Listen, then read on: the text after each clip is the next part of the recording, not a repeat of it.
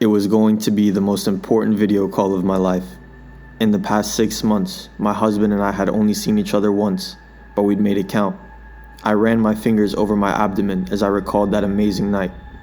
According to the doctors, the date of my pregnancy coincided perfectly with the last time I'd seen my husband, and I couldn't wait to share the good news. I hadn't expected his visit that night.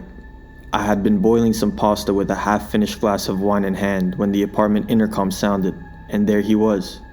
Flowers in hand, wolfish smile on his face, tanned by his time on the rig.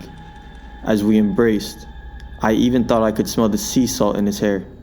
It had been so long since I'd seen those crystal blue eyes, that muscular back. There was no time to talk, no need to.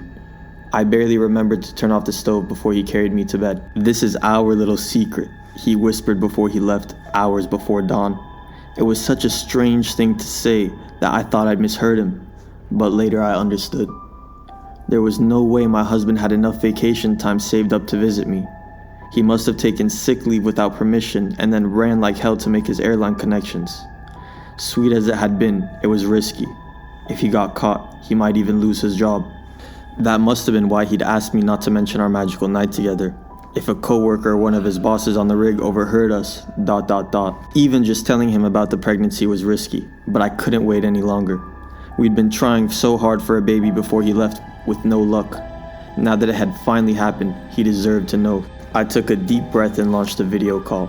Our relationship had been long distance for months now, but I still got a fluttering in my chest while I waited for the call to connect.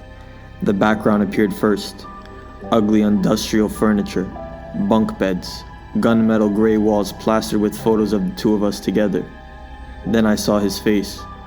Blurry, pixelated, but unmistakably my husband. Even after all this time, we could never figure out who should talk first. I just blurted it out.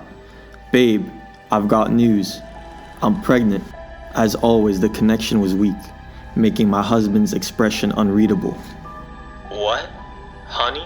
He stammered, running a hand over his face. "When did this happen?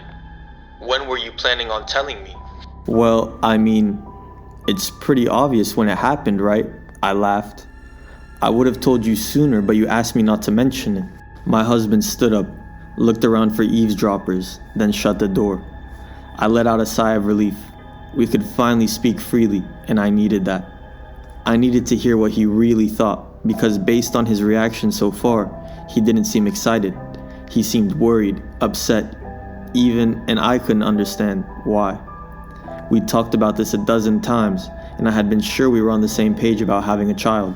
"Okay, now, I need you to explain to me very carefully what's going on." "I'm sure it happened that night," I whispered into the laptop microphone.